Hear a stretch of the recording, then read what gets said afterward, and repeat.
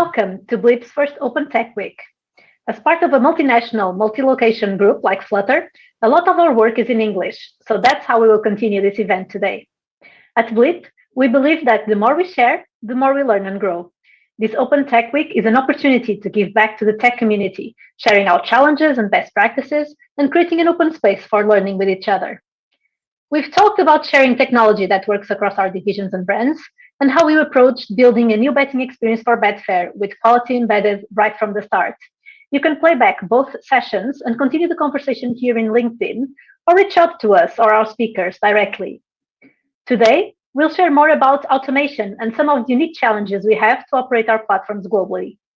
Each of our speakers will be able to answer any questions from you on the comments section of this stream. So please leave your questions and comments, and they'll be commenting back right after their talk. We'll start by hearing from Cassiano Aquino, Principal DevOps Engineer. As a Principal DevOps Engineer, Cassiano is helping streamline the adoption and operations of our global betting platform. In his talk, What's There to Learn About Deploying, Hosting, and Operating Technical Products Globally, he'll share our lessons learned as part of a globally operated group. Welcome, Cassiano. Thank you, Mariana. Looking forward to talk to all of you. All right. So I would like to talk a little bit about some of the challenges that we have to operate, deploy, and host our services, and some unique problems that we have that are not usual in the market. So just to begin, my name is Cassiano Aquino. Nice to meet all of you. And I've been working with production systems, DevOps, SRE, sysadmin, my whole life. Like, it has been more than 25 years. And I know what you're thinking, but don't let my young appearance fool you. I get that a lot. And fun fact, like, when I started working with this, I was so young that in my first job, like, they paid me with some computer parts, and I was really happy. And I think the thing that I miss the most is not having bills to pay, because I would not be able to use it to pay. And I've worked in a wide range of companies, like from small internet providers to large post-IPO software as a service companies. And this experience helped me to come to work in Blip and Flutter and identify some of the unique challenges we have here and how we differ from other companies. And this is like, it's a great challenge. So grab your beverage of choice and join me like during this adventure. And one thing for us to talk about is we have like that well-known operational challenges like scalability, resilience, security, instant managing, deployments, and the list goes on. And pretty much every company that runs a big system in productions will face these problems in some level, in different scales also. And we face most of these challenges also. We are no different from anyone else. But we have some requirements that complicates pretty much everything on that list. That is exactly what I would like to talk during this presentation. And what we have that complicates our whole operations a lot, I would say, it's regulatory jurisdictions. And why does it matter? And I'm glad you asked it. So we have laws around the world in the way that we operate our systems. And this can be different between countries, sometimes even between states within the same country. And because of that, we have restrictions on how we operate and how we architect our solutions. So why is that a challenge? And to answer that, for example, like how long we need to retain logs. This is dictated by the regulatory jurisdictions. Like, they tell us how long we need to keep logs. How we handle customer data, PII, that is extremely important nowadays, like GDPR and all of these things that affect our customer data. Does a regulator require access to the server? Yes, they can ask for that. And when can we deploy and which versions can be deployed to that jurisdiction? This is one thing that is really important, because the regulators, they are on top of how our systems are operating, and they have a set of controls that we cannot avoid. We need to abide by them. So I try to break down like these challenges in 3 categories to try to go and talk with this on the next 20 minutes with all of you. So I would start to talk about like some deployments and hostings, and in general, how these affect operations. So when we talk about hosting, and I want to talk like when the cloud is not enough. And doesn't mean that we don't use the cloud or that we think that cloud is not enough. Actually, we use cloud a lot. Cloud is, we wish we could use for everything. Everyone loves the cloud, but everyone loves it until the bill arrives because it's extremely expensive and everyone has some horror story about that. And it's really fast to get services up and running, but like because of some regulatory jurisdictions, we need to run the infrastructure on the point where that regulation exists. It can be a state or a country, like I said. Some regulators, it require not only access to the system itself, like, for example, having SSH or some remote terminal access, they also require to have access to the hardware itself. And that is, it's something that we don't have an easy way to solve that on the cloud. Like it's not an offering that we can go and buy some acronym service that lets the regulators go there and see the servers, because it's the cloud after all. It can be anywhere. So how does this affect our infrastructure? So on this image here, like that you can see on your screen, I try to grab a small snapshot of how our infrastructure looks. Obviously, this is a really small slice. It's not even like 5% of it. It's just to show that because of the regulations, it's like we have a lot of different environments. They are all isolated from each other with different requirements, different configuration. So each one of these groups that you see here, like they are completely different regulatory domains. So we have this challenge, and another challenge is we have multiple brands. Like we have the brands on the Flutter group, they join in different stages on their life, so they have different infrastructures that we need to help them like abide also to these regulations. And some of them have different kinds of architecture. So we have, for example, OpenStack running in production. We have AWS native cloud, or even AWS Outposts. That is something that most people is not used to, but is the Amazon offering that pretty much if you have a data center space, they can go put some racks there with servers and you can use like AWS in your local data center. It's supposed to be like AWS, but it's not really like AWS. So how this affects our deployments? So I think this was one thing that I was trying to think, like how I explain what is the challenge that this causes. And the first thing that came to mind is the question that, would you rather fight one horse-sized duck or 100 duck-sized horses? Because like when we look in the market, the most of the challenges we see people talking about is like how we do deployments to 15,000 servers or even more. Like, and then you have like the scalability of deployment issues that you need to use peer-to-peer deployments and other technologies. In our case, our challenge is different. It's like how we do deployment to hundreds, if not thousands of different environments with slight different configurations in each one of them. So how we, and even more, like how we control that we only deploy a version that is allowed to that environment, or on the day that is allowed by the regulator. And just to illustrate why this is a risk for us, some of the regulators, they will have access to the servers and they will validate what is deployed to our servers with this access. Like they will go and check that if the application that it was homologated with them is the same that is running inside of the server. So some of these regulators, they do this directly, like having real access to the servers. Some of them require us to have an agent that they use to collect this information. But it's extremely important for us to have, I would say, a reliable and automated way, most of all, that automation is key here, to guarantee that we will be able to do these deployments in a safe way. And especially like not having automation for this creates a lot of risks. How we train someone to know every single jurisdiction, and like, oh, the person needs to know that if he wants to deploy to Virginia in the United States, he can only use the version X, and he cannot deploy this on Fridays, for example. And it's not viable for that. Imagine how long it would take to train someone that joins the company that needs to do deployment. So we need to heavily rely on tooling and automation to do that.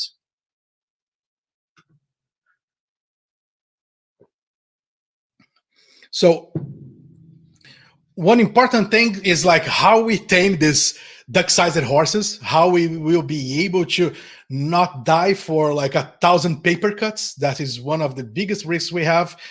And it's clear to us that we need to invest in automation. We need to invest in platforms.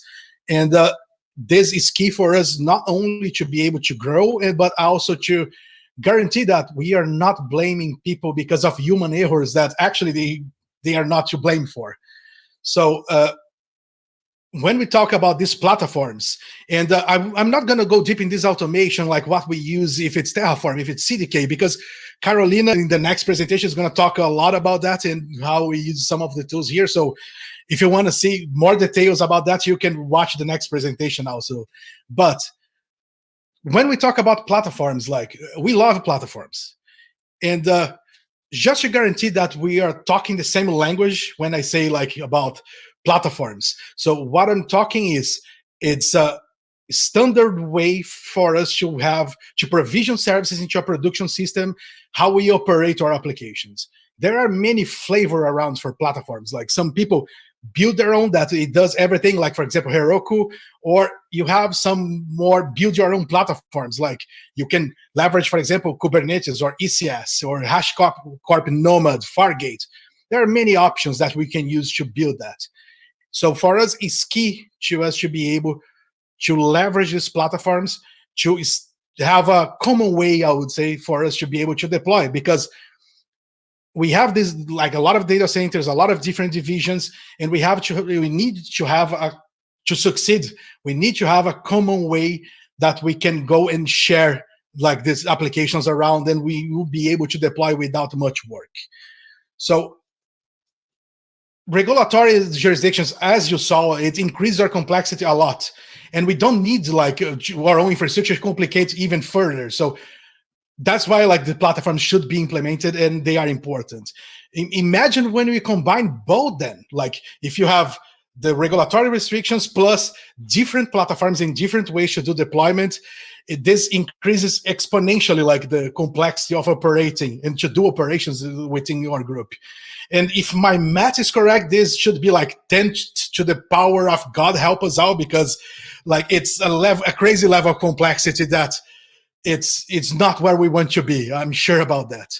So abstraction from the infrastructure layer is key for us to be able to control our level of complexity, and also to tame the duck-sized horses, and to be able to guarantee that we can grow and not break down our infrastructure while doing that. So, and one thing that is really important, even if when we invest in platform, we are aware of regulation domains. This is not where the tail ends. Like we are growing daily, which means like we are getting constantly new regulations. We have different requirements. And just to illustrate a little bit how this is working, just in the United States, we have 11 states with different requirements, and we are going to have 4 more by the end of the year. So if we didn't have this under control, it would be, as I said, like insane to be able to keep up with operational problems, and to guarantee that we have a health, resilient, and a functional infrastructure. And it's not just that in the United States. Like, for example, by the end of 2022, we are going to have at least 9 more states on the United States and 10 more countries. And one thing that I even didn't talk about is that some of these regulators, they require us even to have disaster recovery. So you can double the number of like environments that we are creating. So this is one of like, it was what, like when I saw this, like we have a great challenge for us to go and to be able to understand how it works, to put automation and tooling in practice, investing in infrastructure. And this is, I would say, what is unique in our operations. It's what, like, we are not going to find this. Obviously, never is a really hard word to follow, but it's really hard for us to find anywhere other in the market that you have this kind of restrictions and this kind of challenges because of regulations. So it's something that if you're passionate like about how solve this kind of problem, how to instead of scaling like a huge environment, how to scale a lot of small environments, it's a different kind of challenge. We are here, like I'm more than happy to talk to all of you, and if you have any questions, please feel free to ask, and I will be in chat to answer any questions. And thank you for your time. I really appreciate it. Thank you, Cassiano. Thank you, Mariana. Cassiano will now be answering your questions in the comment section, as he mentioned, of the post that has this stream. And we'll now hear from Carolina Lopes, manager of our call automation team. As the manager of the call automation team, one of 3 teams across our locations, Carolina ensures the team has everything needed to act as an enabler for product engineering teams to get their products to our customers quickly and safely. Her team is focused on the automation of continuous delivery steps, from code commit to production deployment, whether in our private or public cloud. Her talk, Cloud First, Automation First, will give an overview of the approach taken when adding AWS as one of the options to host our applications. Welcome, Carolina. Thank you. Thank you, Mariana. I will share the slides. Hope you can see it. So, hello everyone. My name is Carolina, and I'm a cloud automation manager here at Lopes. I will present the topic Cloud First, Automation First, which does sound a bit of like a mantra, but does sum up quite well the core principles of cloud automation team. So let's start with a bit of context and some figures from the first half of the year. So on premises, we have a private cloud, so OpenStack, which is leveraged as part of the infrastructure as a service platform that you provide. Currently, you have around 1,000 of application hosted. And here we have a impressive figure. So we have in the first half of the year, 30K of delivers production deployments. And I'm not counting any emergency deployments. So these were proper releases. We had as well 350 unintended OS refreshes, which is a tool that teams can subscribe their applications to and will deal with the security patches and vulnerabilities by rebuilding the application with the latest image available in the recurrent fashion. And also 30-man days with automatic decommission. This is quite important to avoid human error prone and reduces the time our engineers spend doing this type of BAU tasks. This one is very close to my heart, I will say.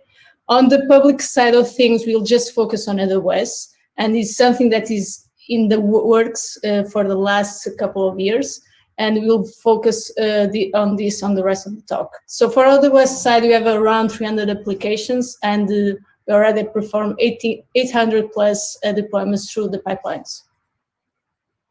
So that being said, let's take a look at how the landing zone for AWS looks like. So moving to any public cloud involves a lot of areas of expertise, effort, and concrete goals. So what are the drivers? What did it make compelling to move to a public cloud?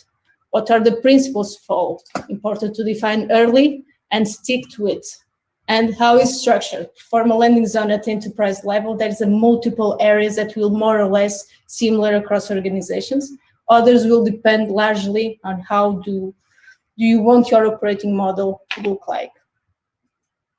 So what are the drivers? So pace and customer first is like a mantra here. So increase the type of the market, increase the time to market by leveraging off-the-shelf tooling and services, scale, of course, according to business needs, reach, if need be, we want to be closer to the customer, and by that, we're going to leverage the regions that AWS makes available across the globe. Reliability, it does depend on the application, of course, but there's some common parameterization in terms of security, business continuity plan, redundancy, you name it. So the idea is we leverage what AWS makes available, and we will parameterize accordingly to our needs. And cost management, I know it's a big topic, but it's a change of mindset. Cost becomes a central piece in terms of architecture, and the way non-productive environments are treated needs to be different. And it needs to be something that is proactive monitoring and actionable, and that we are doing from day one for no surprises. So what are the principles? The principles derive directly from the drivers. So we have everything as code, which is step up a notch from infrastructure as code, which is not a new concept because we have private cloud. But for example, having our pipelines as code is one of the examples. End-to-end automated software development lifecycle. We do not want any manual promotion or something. We want to avoid human error. And then maximum flexibility with smart defaults. This is one of the major ones. And this derived a lot of decisions that we made with this landing zone. So give as much freedom to development teams, but not discard the required guardrails, safety nets, and the required process. So, for example, change management comes to mind. That needs to be in place from day one. Reproducible releases. We want this ties together with everything as code, be able to reproduce a release with the same exact variables. And scale. And when I say scale, it's just not in terms of business needs, but in terms of development and in the operational side of things. So how it's structured. There's a lot of areas doing when we move to AWS. This is the macro areas that you need to cater for in order to have a stable and resilient ecosystem on AWS. I will delve a bit in particular parts of management and governance and developer tool areas. I will cover that only. So as part of the management and governance areas is the construction. The construction is very important, it's quite important. It does affect several other areas and can quickly become a bottleneck. If it's not thought properly, for example, managing EIM permissions will become a burden on the operational side of things. So this is a common structure. So we have the root account, this is our AWS organization. The root account is generally for billing purpose and the governance itself. You can create some OUs, which is a group accounts together, and we can create some policies in code so it can propagate within the OUs or specific accounts as you wish. So we have two main OUs, organization units. So we have the core, which is only for accounts, which is as the network, also all the centralized network items. The shared service works like a hub, also shared service that all other accounts can leverage, like LDAP, storage that are common to all accounts, and our AMI pipelines, and also marketplace images. Then there's the security part, which aggregates all the security notifications from all other accounts. This is done by default. And the logging, which aggregates all the other logs, the required logs. It's not all the logs. We know exactly what are the logs that are required to aggregate, and different logs have specific life cycles. And that's pretty much it on the core side. So in tenants, it's not this far. This far, it multiplies with the number of divisions and or teams that we have. So by default, we have 3 accounts. The labs account is optional. The labs account needs to be thinking like a playground where you start to improve your skill. You can do pretty much whatever you want. There's, of course, limits in terms of sizing because of costs. And there's some guardrails as well because of security. The labs account is isolated by itself. You cannot connect to on-premises or any other account. And it follows the life cycle of our sprint. So if it lives for 2 weeks, of course, you can postpone by email notification, but that's pretty much it. Then we have the 3 major accounts. By dev and prod, by the name, dev is all our stacks of development will stay, and production, all our stacks of production is pretty simple. The tooling account is shared across all the 2 accounts. It says our CI/CD pipelines, shared artifacts, and some supporting resources. So basically, in a nutshell, this is our account structure. So moving to the tool, the developer tools section. Moving along to, so another major decision is what we do in terms of provisioning infrastructure. There are several ways to skin the cat. Given the way we are structured, the principles we obey by, and fundamentally is key to give as much as possible freedom to our development teams is in a safe manner, of course. That being said, it was chosen CDK, and for us, it works as our universal interface for all the contributing teams. So just a quick overview of some, if you are not familiar with CDK, CDK is our software development framework that enables infrastructure definition in code. Several languages are supported: TypeScript, Java, Python, C#, I think Go is on the works, which is provisioned through CloudFormation, which is the native service from AWS, which is particularly powerful, but brings some caveats, such no built-in capabilities and a steep learning curve. So CloudFormation typically is huge YAML or JSON files. So what CDK does is an abstraction layer, but in the end, we are deploying CloudFormation stacks. So this diagram displays how CDK application is structured in itself. So CDK app is a bunch of stacks, or only one, and the stacks are formed by constructs. Constructs is very important for CDK. CDK includes a construct library. That is the major thing for CDK, which are the basic building blocks. It encapsulates everything needed for CloudFormation to create a specific component. So there are three levels of abstraction. So the low level is very close to home's CloudFormation. The high level is where it's created constructs, meaning the smart defaults come in play. So I can, if I have an S3, I can say this S3 as KMS enabled by default. But if I want to bypass or change the encryption, it's a parameter that I can easily change. And the higher level of constructs is the pattern construct. So this one will be more leveraged by the development teams because they know exactly how the infrastructure should look like, and they want to reuse one all over again, and they know they will not strive very far from one construct itself, and that is the pattern constructs. So it's a very opinionated architecture pattern. In the end, our library is a mixed bag of the three constructs. So moving along, then this is synthesize. Synthesize is basically a compile to a CloudFormation templates and then deployed. So this is more or less how CDK works. So what are the benefits of CDK? The development process of an application has a lot of moving pieces, and a lot of teams are contributors. So process and tooling still stand if you are on premises or in the public cloud. So, and we just use CDK to work as a universal interface for it. So just to highlight some benefits of CDK that matches our needs. The ability to use a preferred programming language, because this is to be close at home to the developer, so it's better to be on a programming language than JSON or YAML. We use TypeScript, which is the default, and I haven't yet strayed away from it. It's possible, but not yet. Use a template file to create and delete a collection of resources together. Housekeeping, always important. Very key, cross-account and region with relative ease.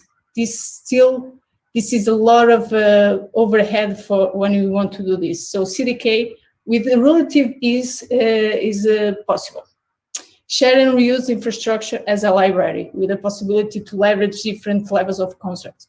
This is what we leverage the most. So at the moment, we have a main CDK library, which Cloud Automation maintains, and development teams leverage as the basics and build on top of that. So there's a lot of guardrails and safety nets already built into it. So for example, if there's a construct that a specific team created and it's relevant to other teams, generally it's pushed to the main library. So it's with a standard review process. You do a pull request, CA will review, see if it has benefits, we'll add to our CDK library and release a new version of it.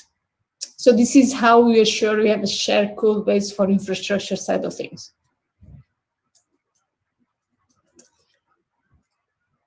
So CI/CD, being conscious of the time, I will speak briefly on the CI/CD process. So continuous integration. This, I hope you can see it very well. The workflow separates the code base repo from the configuration repo and uses GitHub Actions to implement both the CI on the code base and the link between the two repos. So for each application, there is exactly one config repo in the GitHub for the vast majority of the cases. And looking all into the config repo, this repository contains the pipeline configuration, the infrastructure configuration, which is in the form of CDK application, and the dependency manifest, which in case there is a change on the application side of things, it triggers a GitHub action to update dependency. So the software development lifecycle doesn't have any manual updates. So a push to the master branch in this repository invokes the delivery magic logic automatically. So on the delivery, continuous delivery, what we have, this is a simplistic pipeline. It can get much more complicated, but gives you just the gist. So stages break, let's just break down the stages very quickly. We have the source. So since the configuration rep contains both the pipeline configuration, the application stack configuration, and specific versions of the dependencies, a commit in the config rep is a full description of the release. So this enables the reproducible releases.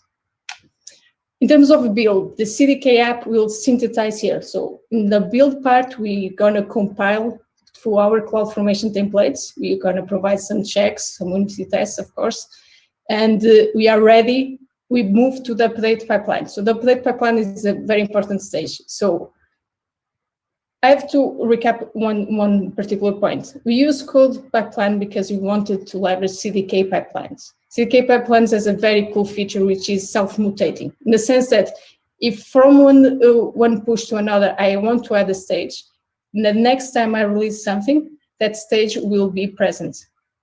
So on the update pipeline, if there's no changes, it continues. If there's any changes, I add a stage for testing or something, or I remove it, it starts building again. Then we can deploy this QA and NXT is just for example. Each development team knows how many environments they need.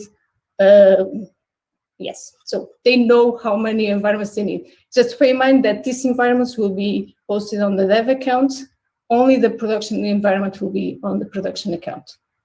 After that, we are ready, we test everything. Moving to production, there's a stage, there's a gate. There's a security assessment of your application and your infrastructure is in a good state. So we're gonna pass. There's a manual approval.